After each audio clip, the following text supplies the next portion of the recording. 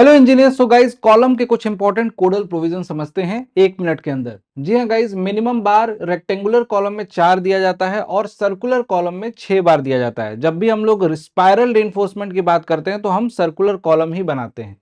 जो longitudinal reinforcement होता है उसमें 12 का डायमीटर कम से कम रखा जाता है कॉलम के केस में। और अगर एरिया की बात करें तो मिनिमम 0.8% और मैक्सिमम 6% टोटल ग्रॉस एरिया का इतना कंसीडर किया जाता है रेनफोर्समेंट का मिनिमम और मैक्सिमम एरिया।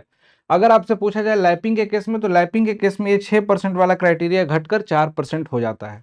अगर हम बात करें आगे कुछ पॉइंट्स की, तो स्पाइरल या हेलिकल रेनफोर्समेंट जो दिया जाता है कॉलम में, उसका डायामीटर मिनिमम 6 रखा जाता है।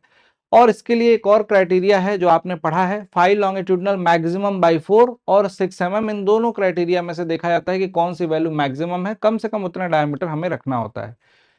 दूसरा क्राइटेरिया है स्पेसिंग का, यानी कि पिच। स्पाइरल इन्फोर्समेंट के केसेस में हम लोग उसको पिच बोलते हैं, जिसमें 75 और डीसी बाई 6, डीसी यानी कि कोर डायमीटर बाई 6, इन दोनों में से जो भी वैल्यू छोटी होगी वो मैक्सिमम वैल्यू कहलाती है पिच की। और 25 और 3 into D diameter of spiral enforcement, इसको 5s से भी रिप्रेजेंट करते हैं। इन दोनों में से जो भी मैक्सिमम वैल्यू होगा वो मिनिमम पिच की वैल्यू कहलाती है। यानी कि पिच कभी भी 25 से कम नहीं होगा और 75 से ज्यादा नहीं होगा, 75 और 25 के बीच में ही होना चाहिए।